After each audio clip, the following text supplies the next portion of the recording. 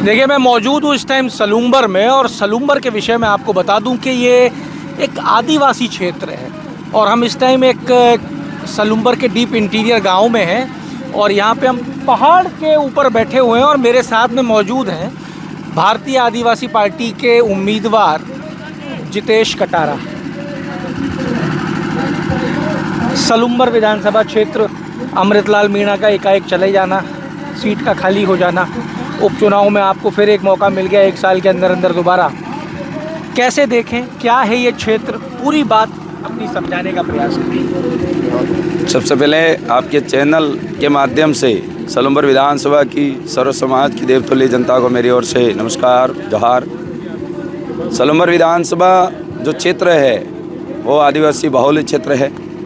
उस बाहुल्य क्षेत्र के अंदर सर्व समाज के लोग रहते हैं और कमेरा वर्ग, मजदूर वर्ग और जो स्टूडेंट और जल जंगल ज़मीन से घिरा हुआ इलाका है।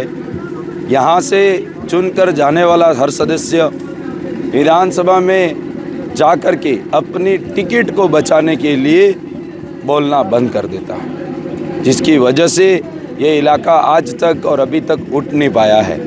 यहाँ शिक्षा की बात कोई नहीं करता, स्वास्थ्य रोजगार की बात कोई नहीं करता।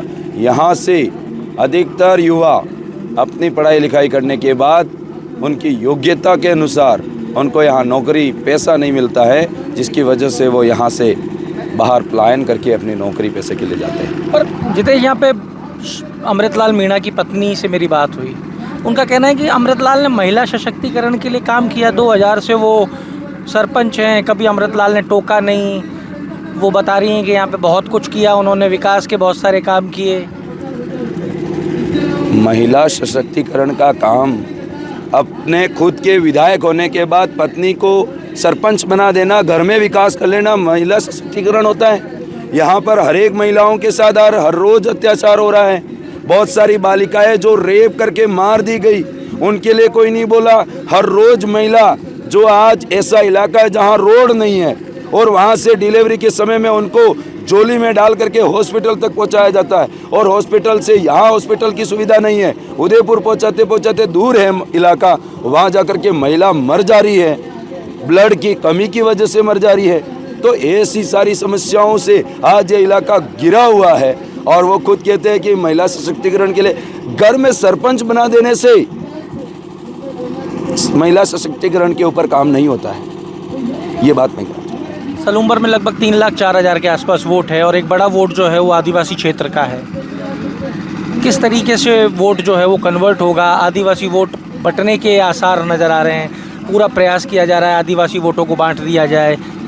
इस स्थिति में आपका क्या स्टैंड है, आप कैसे देख रहे हो? कितनी बड़ी चुनौती यहाँ पे नज़र आ रही है, क्योंकि एक सिंपैथी लहर की भी बात है अमृतलाल मीणा के फेवर में। सबसे पहले मैं कहना चाहूँगा कि सिंपैथी जो लहर है वो लहर नहीं है, वो बीजेपी का ये कह सकते हैं कि विपरीत बुद्धि विनाश काल की ओर जाने वाला जो कहर है वो ख़त्म होने वाला है। क्योंकि बीजेपी ने जो यहाँ के ज़मीनी स्तर के कार्यकर्ता और उनके टिकट मांगने वाले जो धरातल पे वजूद रखने वाले नेताओं की टिकट काट करके एक अनपढ़ महिला को जो टिकट दिया है, पहली बात वो रोड का र नहीं लिख पाते हैं, सड़क का स नहीं लिख पाते हैं। अगर ये सारी चीज़ें नहीं लिख पा रहे हैं, ना पढ़ पा रहे हैं, तो वो क्षेत्र का विकास कैसे करेंगे? इससे पीछे छुपी हुई राज की बात बता रहा हूँ कि 2 लोग उनको चलाना चाहते हैं। वो ये चाहते हैं कि इस अनपढ़ महिला को हम जिता करके उनके लेटर पैड, उनके सील, उनके कामकाज, सारे कामकाज हम करेंगे, इनको सिर्फ साइन मात्र करवाने के लिए रख देंगे। ये बात और ये पॉलिसी चलाई जा रही है। और दूसरी बात यह है कि आदिवासी बाहुल्य क्षेत्र जरूर है, पर यहाँ जो चुनाव लड़ा जा रहा है वो सर्व समाज को लेकर के लड़ा जा रहा है। यहाँ की बेरोजगारी को लेकर के लड़ा जा रहा है, यहाँ के शिक्षा स्वास्थ्य को लेकर के लड़ा जा रहा है। यहाँ का जो सामाजिक समरसता बिगाड़ने का जो कार्य कर रहे हैं लोग, उनको सुचारू रूप से सही ढंग से संचालित करने के लिए लड़ा जा रहा है।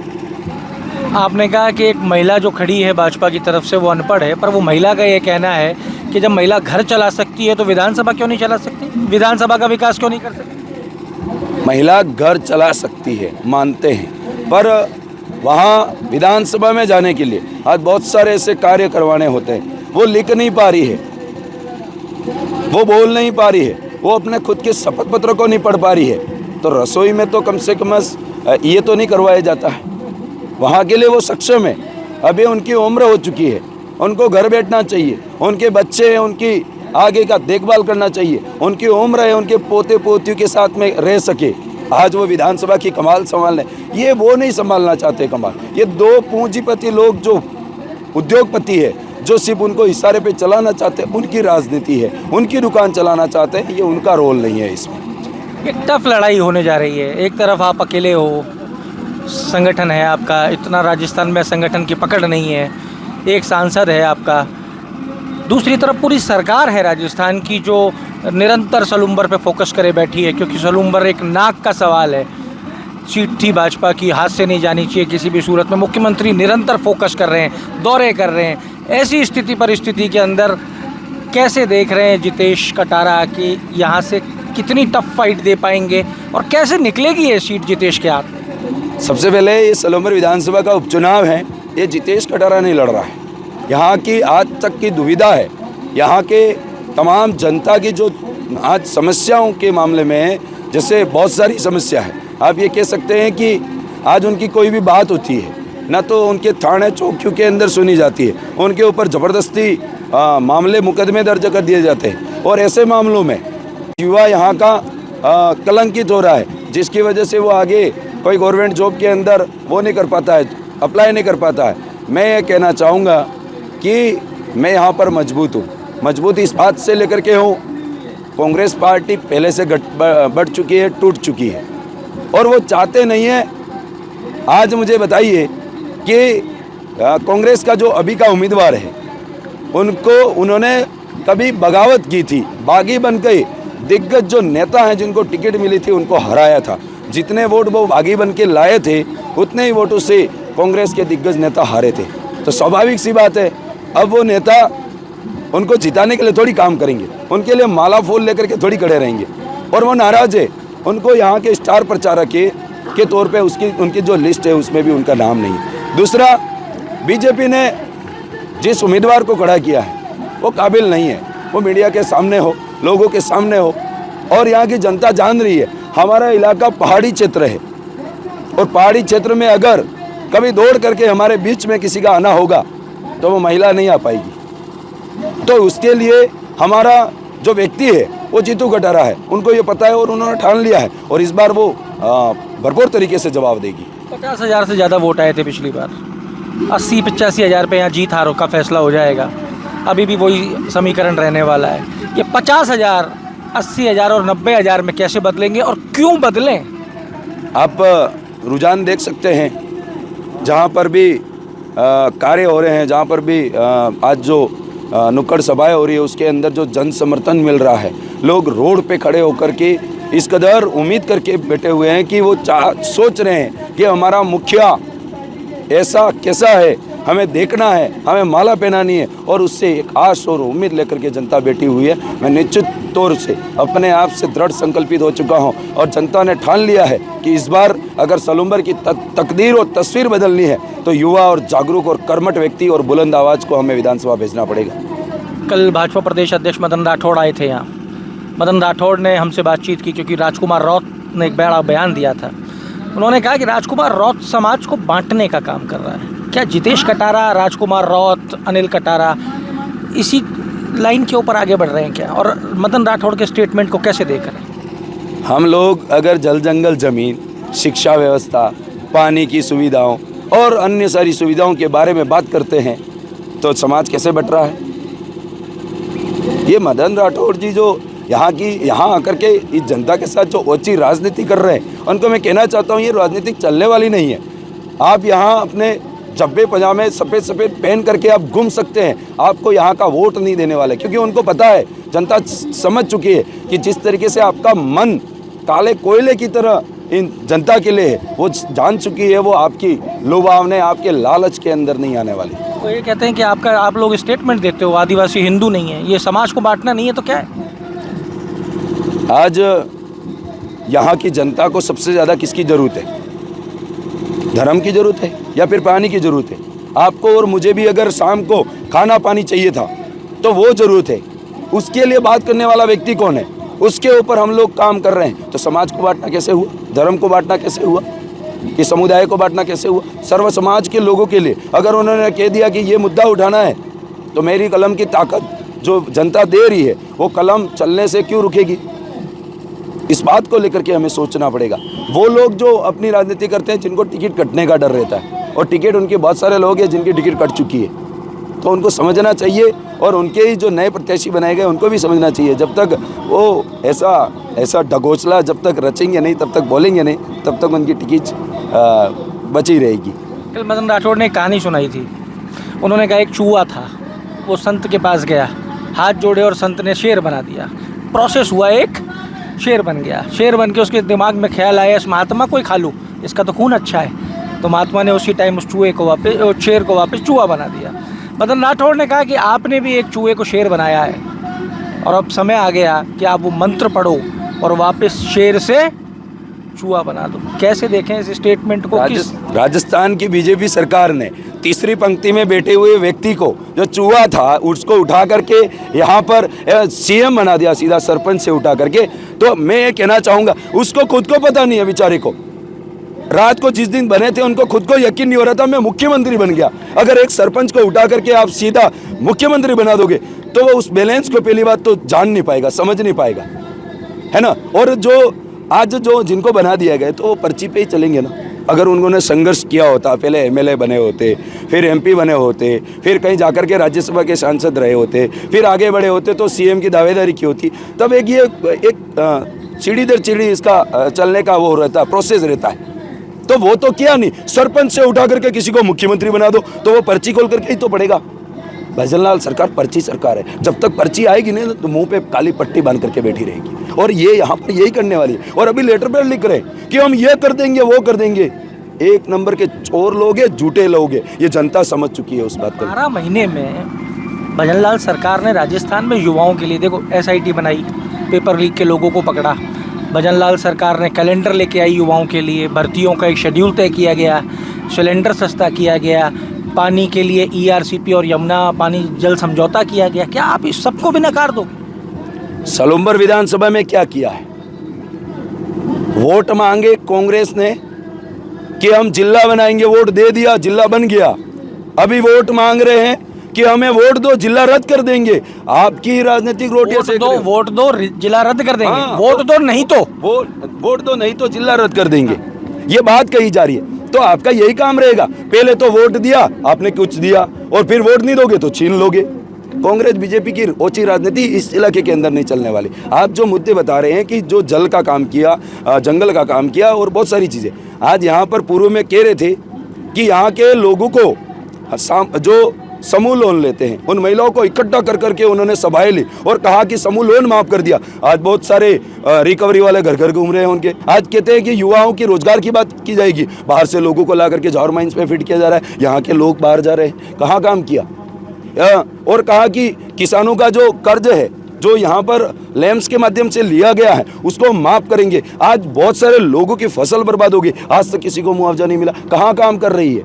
ये सिर्फ अपनी राजनीति को चमकाने के लिए किसी और को नीचा दिखाना, और ये ऐसा सोच के साथ राजनीति कर रही है ताकि हम चमक जाएंगे। आप देखिए मन्नालाल रावत सांसद बने हुए, वो ये पहाड़ी आप देख रहे हैं, पहाड़ी इलाका है, इसके अंदर बचे हुए लोग हैं 100 साल 1000 साल हो गए उनको, वो रहे हुए। भारत आदिवासी पार्टी बनी 1 साल हुआ क्या? 500 साल से जो व्यक्ति वहां रह रहा है वो भारत आदिवासी पार्टी से जुड़ा था क्या? वो ये कह रहे हैं लट मारो, नहीं काम चले तो घर से निकालो और नहीं चले तो घर जला दो इनके।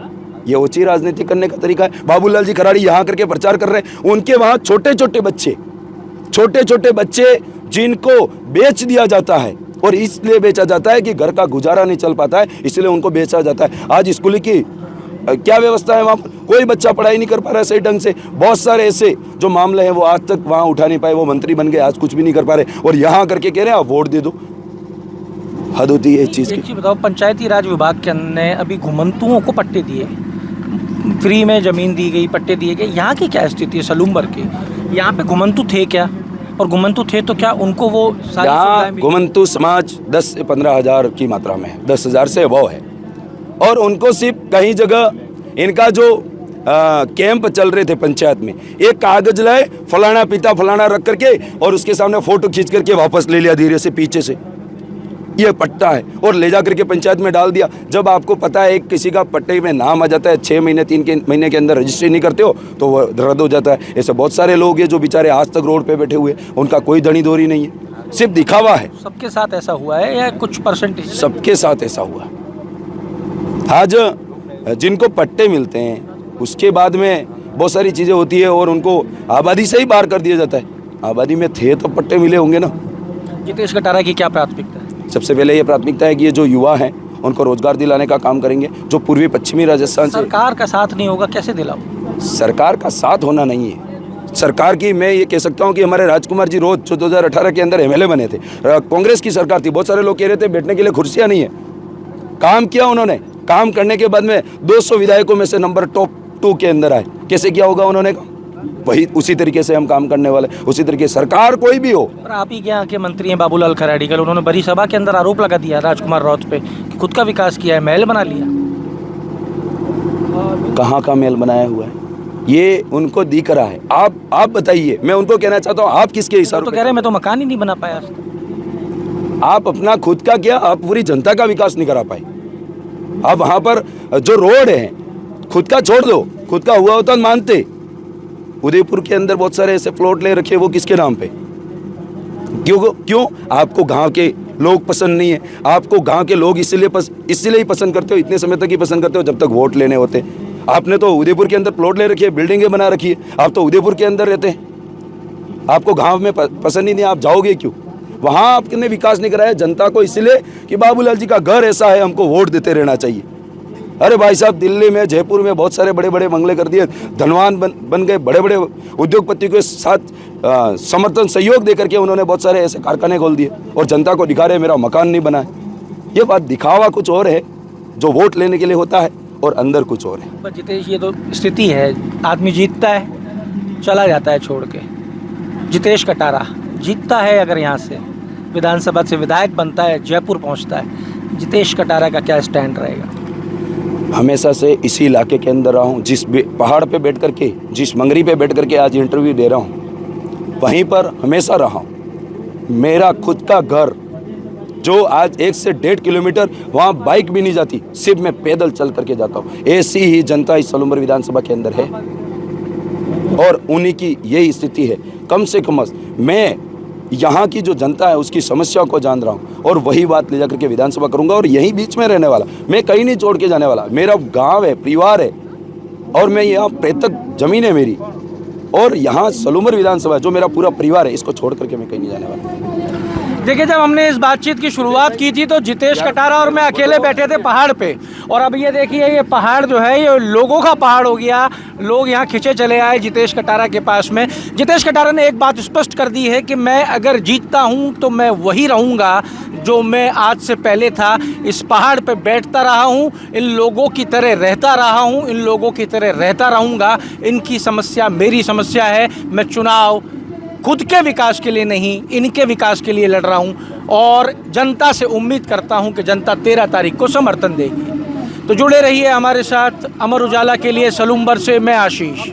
अगर आप ये वीडियो YouTube पर देख रहे हैं तो हमारे चैनल को सब्सक्राइब करें और बेल आइकन को दबाना ना भूलें। अगर आप Facebook पर ये वीडियो देख रहे हैं तो हमारे पेज को लाइक करें।